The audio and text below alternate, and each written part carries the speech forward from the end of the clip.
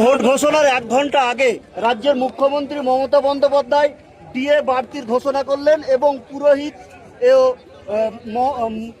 মুয়াজ্জিনদের 500 টাকা বৃদ্ধি মানে 2000 টাকা করলো। কি বলবেন? দেখুন, ব্যাপারটা হচ্ছে এই চমকের রাজনীতি মমতা ব্যানার্জি করতে সিদ্ধান্ত। এখন 60 লক্ষ ভোটাররা আতঙ্কে আছে, আন্ডার অ্যাডজুডিকেশন আছে। এই সমস্যার সমাধান করবে কিভাবে তার রাস্তা না বলে উনি ওনার ভোট ব্যাংক ধরে রাখার জন্য পুরোহিত সমাজের মানুষ, ইমাম মুয়াজ্জিন সাহেব, সরকারি কর্মচারীকে নিজের কাছে টানার জন্য কাজ করলেন। আমি বারবার বলে আসছি, মমতা ব্যানার্জি স্বার্থের জন্য, তার গদি ফিরে পাওয়ার জন্য তিনি এসআইআর নিয়ে নাটক করছেন। আজকে তার জ্বলন্ত উদাহরণ তিনি নিজেই দিলেন।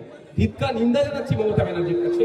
মমতা ব্যানার্জির কাছে আমি আশা করছি, আবেদন করছি, আপনি আওয়াজ তুলুন। যতক্ষণ না পর্যন্ত 60 লক্ষ মানুষের এই বিষয়টা নিষ্পত্তি হচ্ছে, ভোট ঘোষণা করা যাবে না। আর যদি নির্বাচন কমিশন তার ক্ষমতার প্রয়োগ করে ঘোষণা করে ভোটকে বয়কট করে। আচ্ছা, আপনি এই যে বললেন যে ভোটকে বয়কট করার জন্য রাজ্য সরকারের সঙ্গে ভোট বয়কটে সাথ দিবেন, তাহলে কি আপনি আইএসএফ এবং তৃণমূল কংগ্রেস জোট করছে? না, জোটের প্রশ্ন দিন আসছে না। তৃণমূল কংগ্রেসকে আমি প্রথমে চোর বললাম, কিন্তু তৃণমূল কংগ্রেস যদি বাংলার মানুষের স্বার্থে ভোটকে বয়কট করে, যতক্ষণ অ্যাডজুডিকেশন সমস্যার সমাধান হচ্ছে ততক্ষণ পর্যন্ত এই বাংলার মানুষের স্বার্থে আমি এই দাবির সাথে সহমত হব। দাবির সাথে সহমত হওয়া মানে এই নয় যে আমি তৃণমূলের সাথে জোট করছি। বাম এবং জনতা উন্নয়ন পার্টির সঙ্গে কি জোট হওয়ার সম্ভাবনা আপনাদের?